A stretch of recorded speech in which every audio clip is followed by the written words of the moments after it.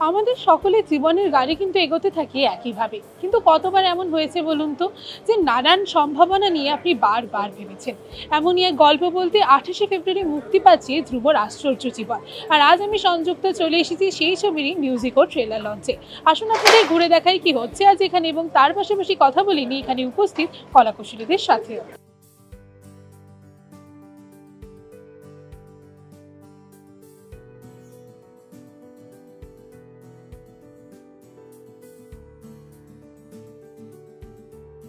যেরকম ভাবে মানুষ সিনেমার অংশ হয়ে ওঠে, একদিন ফোন এলো আই থিঙ্ক নীলারুণ দা বা অভিজিৎ দা। নীলারুণ দা আমাদের প্রডিউসার, অভিজিৎ দা অফকোর্স আমাদের ডিরেক্টর।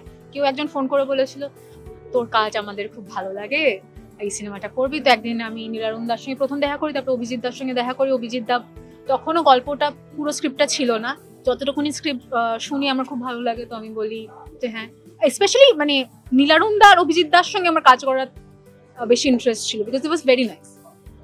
তোমার চরিত্রটা নিয়ে জানি, আমার চরিত্রর নাম রিমি। বলা খুব কঠিন, কারণ রিমি সম্বন্ধে বেশি কিছু বলতে গেলেই গল্পের অনেকটা বলা হয়ে যাবে।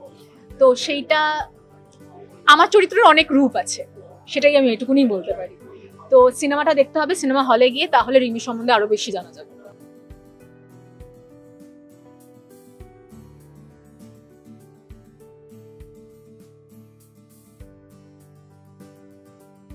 এখানে আমার চরিত্রটা খুব ইন্টারেস্টিং একটা চরিত্র।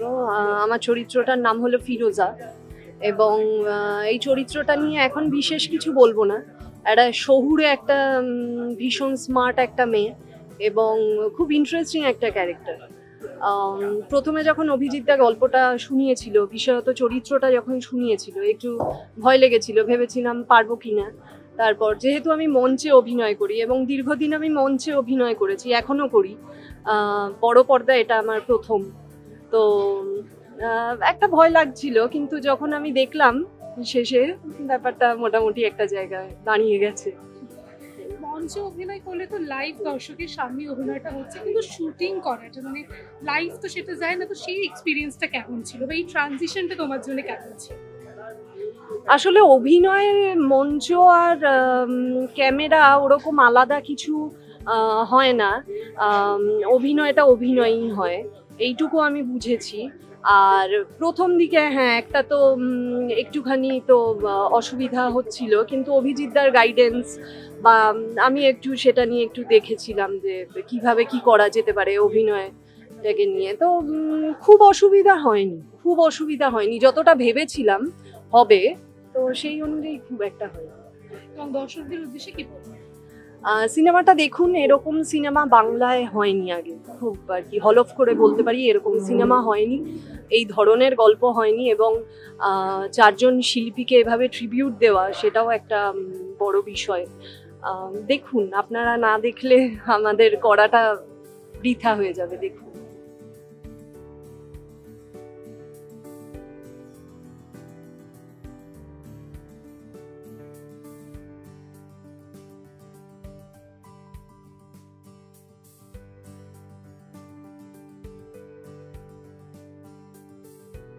আমাদের জীবনে তো অনেকেই থাকেন এবং তারা অনেকটা আশ্চর্য চরিত্রও বলতে পারি। তবে ধ্রুবর জীবনে তোমার চরিত্রটা কতটা আশ্চর্য ছিল? খুবই আশ্চর্য একটি চরিত্র। অভিষেক নাম তার, আর্ট কিউরেটর একজন, আর অনেক কাজ করেছে মানে সিনেমাটার ভেতরে, সেটা বলবো না এখন, কারণ তাহলে তো স্পয়লার হয়ে যায়। এমনিতেই আমাদের সিনেমা স্পয়লারে বেরিয়ে যায় ফেসবুকে অর্ধেকটা, কতটা না সিনেমা দেখে নি তোমরা। এবং ইতিমধ্যে বড় পর্দায় মুক্তি পাওয়ার আগেও অনেকজনই কাছ থেকেই অনেক ভালোবাসা পেয়েছে ছবিটি, কেমন লাগছে? রেসপন্স তো আমরা খুব ভালো পেয়েছিলাম। TIFF এ যখন বেস্ট বেঙ্গলি ফিল্ম পেয়েছে প্যানোরামাতে, তো খুবই ভালো রেসপন্স ছিল এবং অডিয়েন্সের ফিডব্যাকও খুব ভালো ছিল। তো এবার বাকিটা তো এখন যখন হলে বেরোবে, এখন যারা আসবেন আপনারা দেখুন এবং আমাদের জানান কেমন লাগছে, তাহলে আমরা জানতে পারবো এবং আমরা ওই সাহসটা পাবো যে এরকম টাইপের কাজ, আরো বেটার কাজ করার চেষ্টা করতে পারবো। তাহলে আমরা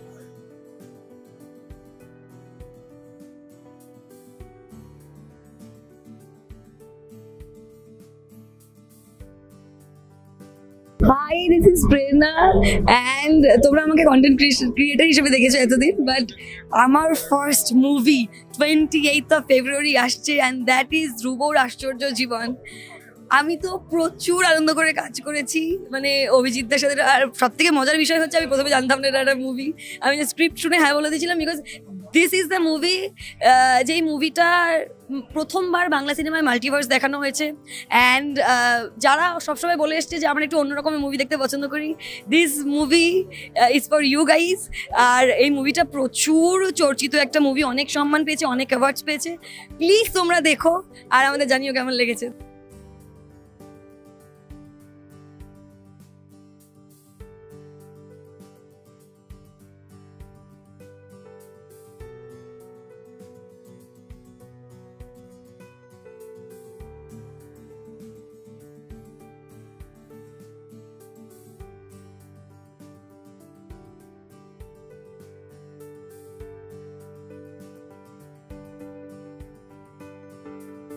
এটা তো আমরা তো অনেক সময় ভেবে থাকি যে ইস এটা যদি করতে পারতাম বা ইস ওটা যদি ওরকম ভাবে হতো। তোমার গল্পটাতেও বোধহয় ছবিতে এরকমই কিছু একটা পসিবিলিটিস, যদি একটু আমাদের দর্শকদের বলো। হ্যাঁ, সেটা তো আমাদের সবার জীবনেই মনে হয় যে ইস ওই দিন যদি ওটা না করতাম আমার প্রেমিকা আমাকে ছেড়ে চলে যেত না, বা অনেক মানুষ হয়তো ইস বিয়েটা যদি না করতাম তাহলে জীবনটা অন্যরকম হতো। তো মানুষের জীবন তো এরকমই, সবসময় চয়েসেস আর পসিবিলিটিসের উপর ডিপেন্ড করে। আমরা যেই চয়েসেসগুলো নিই জীবনে, সেই চয়েসেসগুলো নির্ধারণ করে দেয় যে আমাদের আগামী দিনগুলো কীরকম হবে। তো আমি এই ছবিটা যদি না করতাম তাহলে হয়তো আজকে আমি ঘরে বসে নেটফ্লিক্স দেখছি বা ওরকম কিছু হচ্ছে, বাট এই ডিসিশনটা নিয়েছি বলে আজকে ছবিটা এত সমাদৃত হয়েছে এবং ফাইনালি দর্শকের দরবারে বেরোচ্ছে। তো সেটা প্রত্যেক মানুষের জীবনেই আমার মনে হয় সাধারণ মানুষ যারা প্রতিনিয়ত স্ট্রাগল করে যাচ্ছেন এক্সিস্ট করার জন্য। ধ্রুবর আশ্চর্য জীবনেও সেই গল্পটাই বলা, একটু অন্যরকম ভাবে, তার সাথে অনেকগুলো জনরাকে ব্লেন্ড করে।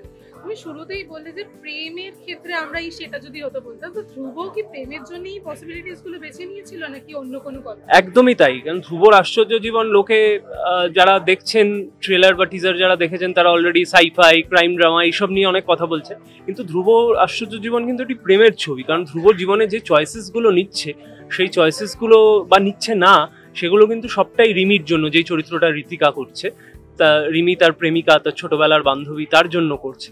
তো আমার মনে হয় আমরা তো আলটিমেটলি আমার মনে হয় মানুষ যুদ্ধের জন্য একটা নির্ধারিত পয়েন্ট অবধি যেতে পারে, বাট প্রেমের জন্য, ভালোবাসার জন্য আমার মনে হয় মানুষ অনেক অনেক দূর চলে যেতে পারে। তো ধ্রুবও তাই করছে। এবং দর্শকরা অনেকেই ছবিটি ইতিমধ্যেই দেখেছেন, অনেক ভাবে তোমাকে ভালোবাসা দিয়েছে। তবে যাদের এখনো দেখা বাকি তাদের উদ্দেশ্যে কি বলবো? তাদের উদ্দেশ্যে বলবো যে 28শে ফেব্রুয়ারি আমাদের ছবিটা আপনাদের হতে চলেছে, কারণ এই ছবিটা মুক্তি পাচ্ছে সমস্ত প্রেক্ষাগৃহে। এবার আপনারা বাকিরা কি বলছে শুনেও আসতে পারেন, না শুনেও আসতে পারেন, কিন্তু প্লিজ আসুন, আমাদের এই ছবিটা দেখুন। কারণ বাংলার দর্শককে আমরা বরাবরই খুব আন্ডার এস্টিমেট করি যে না, সম্পর্কের গল্প না হলে, নস্টালজিয়ার গল্প না হলে বাংলার দর্শক দেখবেন না, বা অমুক হিরো না থাকলে, অমুক হিরোইন না থাকলে বাংলার দর্শক দেখবেন না। এরকমটা মোটেই নয়। ভালো কন্টেন্ট বাংলার দর্শক বরাবর দেখেন এবং সেটা বরাবর দেখে এসছেন এবং আগামীতেও দেখবেন। তো আমাদের একটা ভালো গল্প এবং কিছু ভালো অভিনেতারা এখানে কাজ করেছেন, অনেক সিনিয়র এবং নবীন যাদের অনেক আছেন, যাদের প্রথম কাজ এটা। আনন্দরূপা এই ছবিতে কাজ করেছেন, ওর প্রথম কাজ। তো এবং সুদীপদা, বাদশাদা, এদের মতন সিনিয়ররাও আছেন। আমার জেনারেশনে আমি, কোরক, ঋত্বিকা, আমরা যারা এই জেনারেশনের অভিনেতা, আমরা সবাই আছি। এবং সবাইকে একত্রিত করে একটা ছাতার তলায় যেভাবে অভিজিৎদা আমাদের যে ছবির পরিচালক এবং নীলারুন্দা আমাদের যে ছবির প্রযোজক, এরা দুজন এনেছেন, সেইটা একটা আমার মনে হয় বিশাল কাণ্ড। এবং এই ধরনের একটা ছবি করা তো অনেক সময় ঝুঁকি হয়ে যায়, যে আর্থিক ঝুঁকি, যে এই ছবিটা আলটিমেটলি চলবে কিনা, টাকা ফেরত আসবে কিনা, কোনো ওটিটি বা চ্যানেলে বিক্রি হবে কিনা। কিন্তু এই সব না ভেবে জাস্ট একটা ভালো ছবি বানাবো, এই উদ্দেশ্যে ছবি বানানো, এবং তার কিছুটা ফল আমরা ফিল্ম ফেস্টিভ্যালগুলোতে পেয়েছি। বাকি আপনাদের হাতে, আপনারা জানাবেন যে কতটা আমরা সার্থক হয়েছি।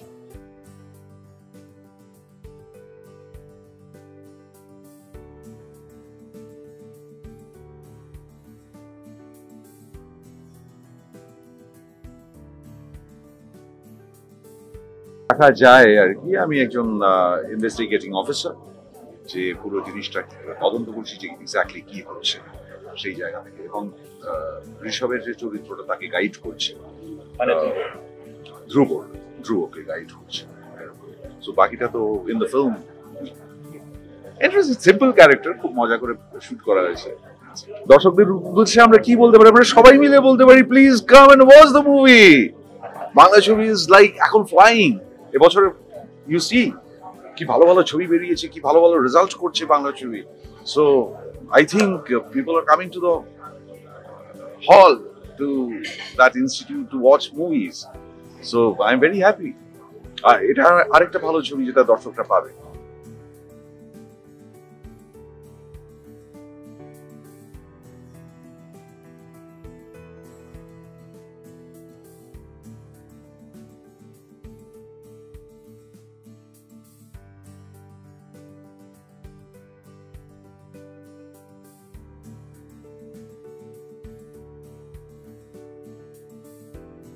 প্রথম কথা হচ্ছে যে প্রলয়, যে মিউজিক ডিরেক্টর প্রলয় আমার অনেক পছন্দের একজন মানুষ। অনেক দিন ধরে আমাদের পরিচয়, যখন থেকে ও ইন্ডাস্ট্রিতে কাজ করছে, কিছু একটা করার চেষ্টা করছে, সেটা আমারও সেই সময়টা তাই অবস্থায় ছিল। আমরা দুজনেই চেষ্টা করছিলাম কিছু একটা করবো, নিজেদের গানগুলো নিয়ে কিছু একটা করবো। তো সেইটা প্রলয় করতে পারছে দেখে আমার খুব ভালো লাগছে। আমার এখনো নিজের গান রিলিজ করা হয়নি, কিন্তু ও এখন একটা সফল, ওকে আমরা সবাই চিনি, সফল মিউজিক ডিরেক্টরই বলবো ওকে আমি, যেহেতু ও প্রমাণ করেছে নিজেকে। তো প্রলয়ের সাথে কাজ করার দীর্ঘদিনের ইচ্ছে ছিল। অনেকদিন ধরেই আমরা প্ল্যান করছিলাম যে কিছু একটা করা যেতে পারে, আমরা বসবো একসাথে। অনেক বসেছি, কিন্তু কিছুই ওয়ার্কআউট হয়নি। ফাইনালি যখন ওই গানটা আমাকে বললো যে এই গানটা তোমাকে গাইতে হবে, এবং সেই গানটা যে ধরনের গান আমি ফাকিরাতে করে থাকি, লোকগানের একটা ধাঁচেই তৈরি করা, আমার ভীষণ ভালো লেগেছে যেভাবে পুরো অ্যারেঞ্জমেন্টটা হয়েছে গানের। আর আরও ইন্টারেস্টিং মজা লেগেছে যে গল্পটা, যে একটা চরিত্র যেটা সে জীবনের বিভিন্ন স্তরে এক একটা ডিসিশনসগুলো যদি অন্যরকম নিত তাহলে কি হতে পারতো, এরকম করে চারটে তার গল্প, চারটে দিকে সে যাচ্ছে, এরকম একটা অদ্ভুত গল্প। এবং দিনের শেষে আমরা দেখতে পাচ্ছি যে সেইটাই সবসময়তে শাশ্বত ভালোবাসা, প্রেম, এগুলোই আমাদের সঙ্গে থেকে যায় দিনের শেষে। তো সেই পুরো ব্যাপারটাকে এক জায়গায় করে এনে এত সুন্দর একটা গল্পের বাঁধন, গল্পটা আমি শুনেছিলাম প্রলয়ের কাছে, তারপরে গিয়ে আমরা রেকর্ড করেছি গানটা। ভীষণ ভালো অভিজ্ঞতা। আমার পুরো সিনেমার যারা কাস্ট, ঋষভ আমার খুব কাছের মানুষ, আমরা একসাথে থিয়েটার করেছি। তো আমার সব পছন্দের লোকের এক জায়গায় এসে এই কাজটার সঙ্গে যুক্ত, সেখানে আমাকে ওরা জয়েন করেছে, আমাকে ওরা চেয়েছে, এটা আমার কাছে খুব বড় একটা ব্যাপার। আমি অনেক অনেক শুভেচ্ছা জানাই প্রলয়কে এবং পুরো টিমকে যারা এই ছবিটা বানিয়েছে।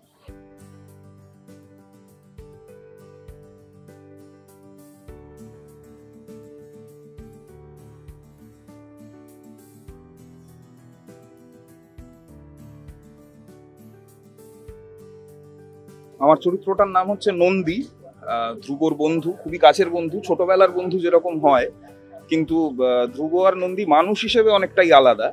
সেই কারণে ওদের বন্ধুত্বটার মধ্যে একটা অদ্ভুত আদান প্রদান আছে, একটা অদ্ভুত সম্পর্ক। দুটো মানুষ যখন একদম আলাদা হয়, বুঝতেই পারছেন, তাদের বন্ধুত্ব একটা মজার জিনিস তৈরি হয়। তা ধ্রুব আর নন্দীর যেহেতু ছোটবেলার বন্ধু, ফলে ওদের মধ্যেও সেই মজার ব্যাপারটা রয়েছে। ওদের বন্ধুত্বটা মানে কিভাবে এগোয়, কোথায় গিয়ে শেষ হয় বা কিভাবে পরিণতি পায়, সেটার জন্য ছবিটা দেখতে হবে। হ্যাঁ, খুবই এক্সাইটেড। মানে অলরেডি কলকাতা ফিল্ম ফেস্টিভ্যালে আমাদের ছবিটা বেস্ট ফিল্ম পেয়েছে বেঙ্গলি প্যানোরামায়, খুবই আনন্দের খবর।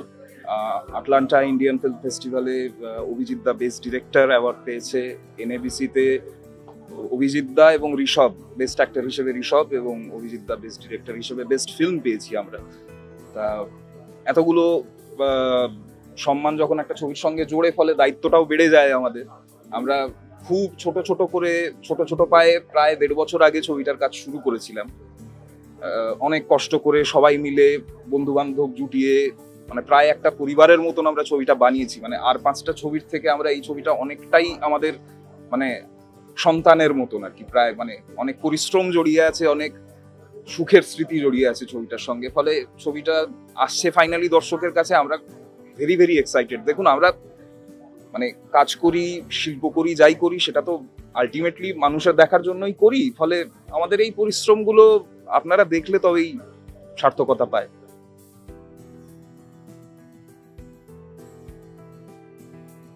কলকাতা ফিল্ম ফেস্টিভ্যালে ছবিটা শ্রেষ্ঠ ছবির পুরস্কার পেয়েছে বেঙ্গলি প্যানোরামাতে। কিন্তু যেটা ভালো লেগেছে আমাদের সব থেকে বেশি দর্শকদের যে প্রতিক্রিয়া, তাদের যে উচ্ছ্বাস ছবিটা দেখে, তখনই আমাদের মনে হয়েছিল এই ছবিটা বড় করে আমরা রিলিজ করতে হবে যাতে সাধারণ মানুষ দেখতে পারে। কারণ এটা সবাই বলে যে বাংলা সিনেমা সাধারণত কিছু সাবজেক্টের মধ্যে সীমাবদ্ধ থাকে, আমরা চেষ্টা করেছি একটা অন্য সাবজেক্ট নিয়ে আসতে। এবার দর্শকদের রিয়াকশন ঠিক করবে বাংলা ছবি ডিফারেন্ট এক্সপেরিমেন্টাল সাবজেক্টে হবে কি হবে না। সুতরাং বাংলা ছবি যারা ভালোবাসেন, ফিল্ম যারা ভালোবাসেন, ইন্ডিপেন্ডেন্ট ফিল্মকে যারা সাপোর্ট করতে চান, তারা প্রেক্ষাগৃহে এসে এই ছবিটা দেখুন। 28শে ফেব্রুয়ারি রিলিজ করছে।